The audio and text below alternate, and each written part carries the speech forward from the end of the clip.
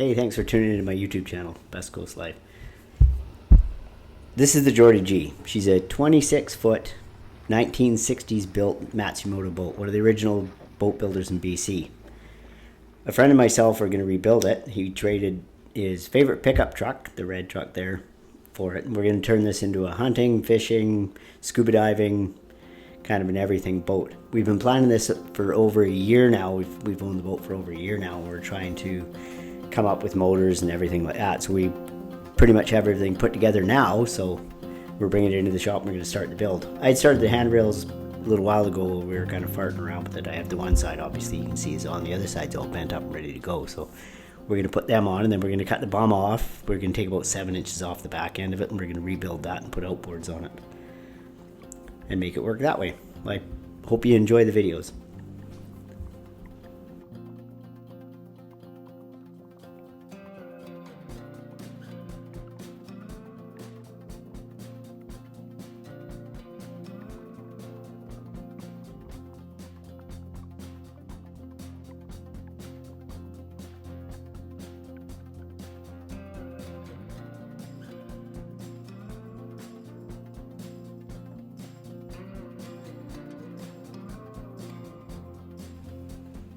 Hey, so I'm Dan, the guy running towards you there.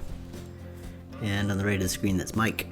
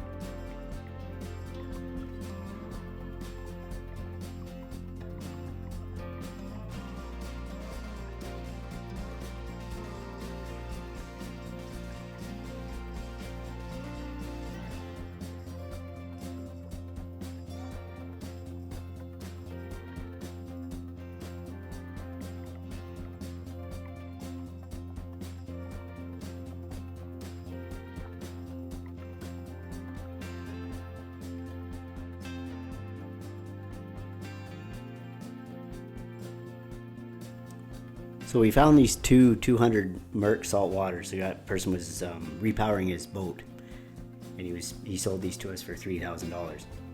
So we're going to put them on them. We've had them running. They run actually really good for that. They got a few hours on them. They're a 2003 and a 2004, I believe. So it should be lots of power for that boat. It's going to be a pretty light boat actually. It's only a 3/16 bottom and a 1/8 side, so she's pretty light boat. And then we're going to remove a whole bunch of weight off of it by cutting it apart and all that, so should be good. We were actually looking, we'd purchased another boat for the trailer more than anything, and we'd found it had a 302 in it that we were going to put into it, but it wouldn't really have enough power, and the inboard thing was difficult. So we ended up going with outboards. But we found a 175 Optimax that we bought for $500. It was blown up. We were going to recondition it, which we probably still will, because I own a 150 Optimax on my other boat. And then 175 would be good enough to replace one of the 200s that ever blew up. So we have right here like just a plethora of motors in the shop right now that are in different conditions, which we're going to rebuild. We'll end up with one that's completely rebuilt. So we're going to hone out the cylinders and put new pistons in them and rings and whatever's required, right? So the motors, the salt waters are they're carbureted, but the Optimax is they're apparently a little bit better on fuel, but they're obviously injected. We'll make it work somehow.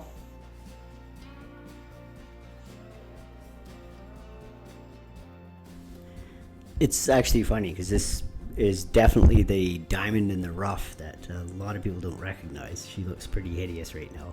We got a rake full of all the fridge and everything that was in that one boat that we'd acquired.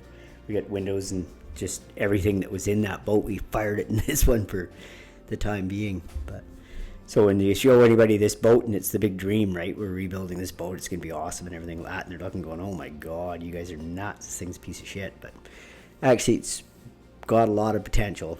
You'll see when it's done, it's gonna be pretty impressive. So hope you stay around to see the whole build. So like I said before, I had the handrails on the one side already fit. They're tacked, not welded. And then I had this side is all bent up. I just got to build the pickets and fit it up and tack it all back together. And then I can start welding the whole thing out.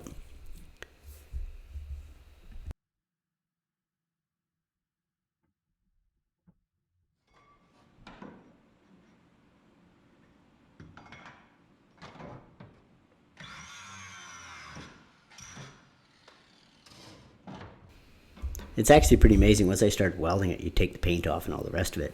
It actually welds really quite good. I was pretty surprised. After all them years of floating around the salt water and everything like that, you would have thought it would have been more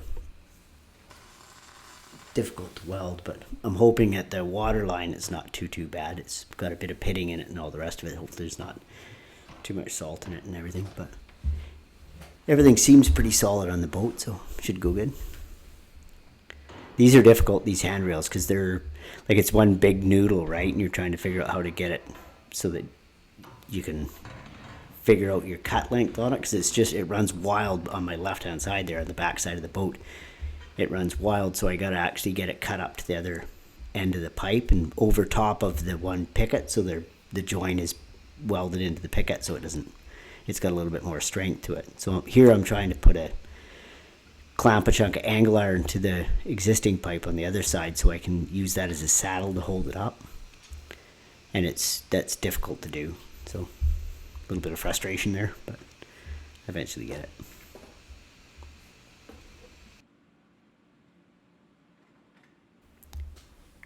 The escape hatch to the back of me right there, you can see it's quite unique. It's actually pretty cool. The glass in it's old and it's all kind of cracked and you can't see through it anymore. So, and one of the bars is missing. You should have 3 bars going across it so you don't step right through it. So we're just going to take that off and we're going to bring it into a glass company. We'll just get the glass taken out of it and put new stuff into it. Some better stuff you can see through. So that should be a pretty cool escape hatch in the front. And we're also going to go right in front of the big cleat. There we're going to put a anchor locker as well. So you can, and a anchor davit out the front of it as well, so we can have all that out of the way and on the deck, or on the bow I should say.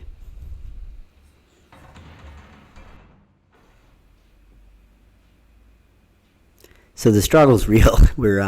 I'm trying to get that pipe on there, and the one picket, you've got to line the cope of the pipe up with the handrail, so you've got that plus your angle that you've got to get figured out. So it was a little bit out, so I kind of move it up and tack it again, and then you just keep trying, right? And it's one of them things that just takes time.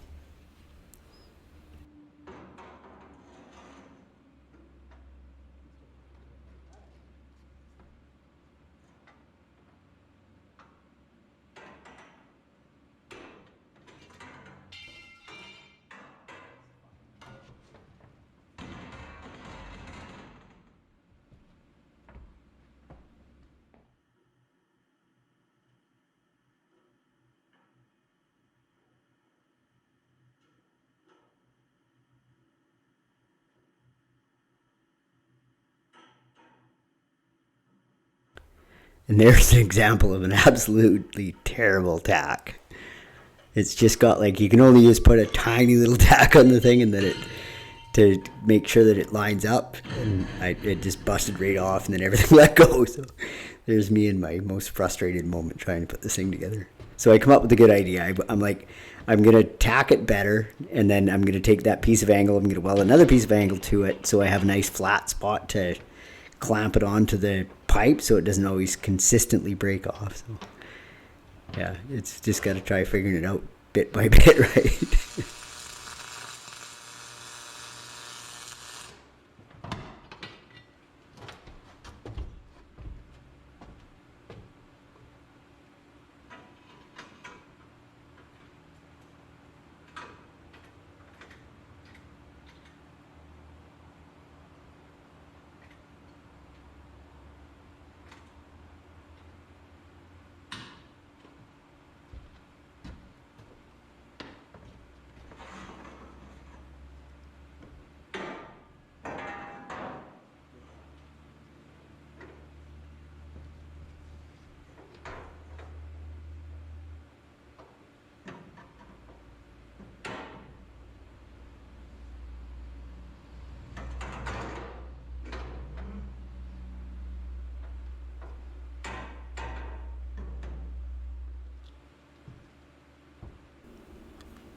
So there you have it, patience and perseverance. Well, I don't know what patience. I've got lots of it. I haven't used any patience yet, but it managed to work. It's all sitting there. So I just kind of have a quick look at everything, make sure it's all good, and then I go to the back end of the boat, mark out where I cut it, and go down, cut it off, and then I can bring it back up and tack everything together.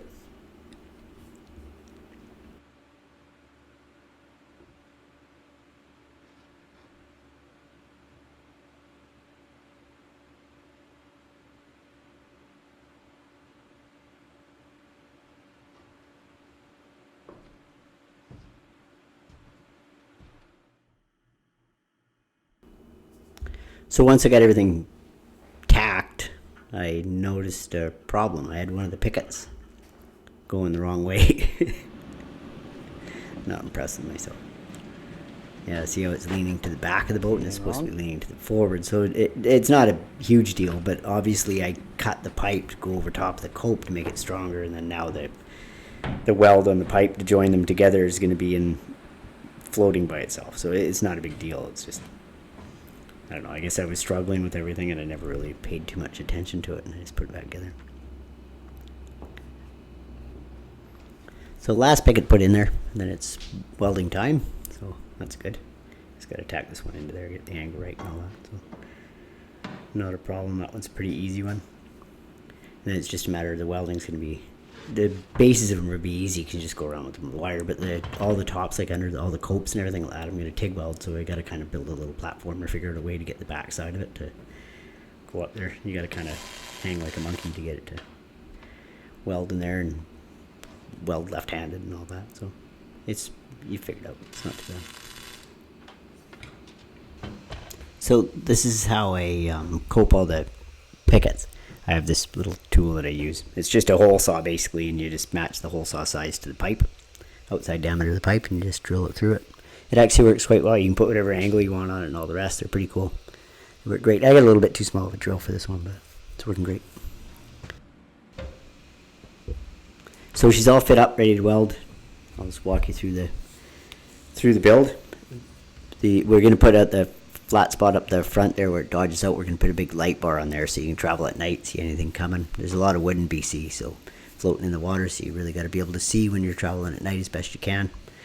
And you got to be able to get to good hunting spots before the deer go to bed, so should be fun.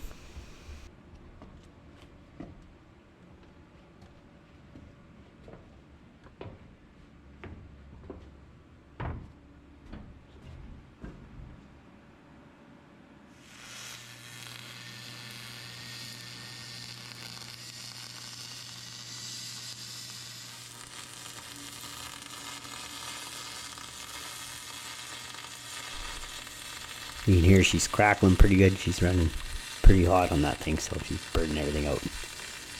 Nice little welder, that one.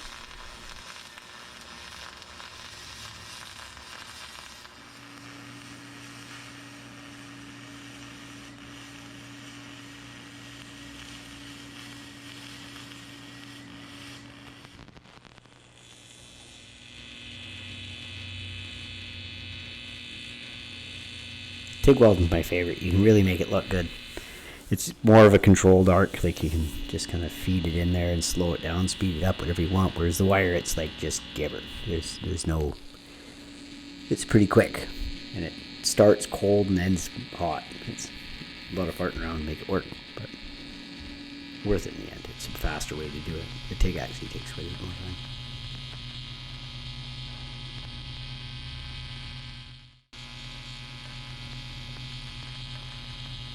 One of the nice parts about a TIG welder is it has a foot pedal that you can control your temperature or your amperage with a foot pedal. So it's nice because you can speed things up and slow things down and control your heat and all the rest of it. But then when you can't stand on the foot pedal, you gotta do what you can. And here I end up having to do it with my knee. There was a time when I actually had to put it between my legs and squeeze it together, but they work pretty great.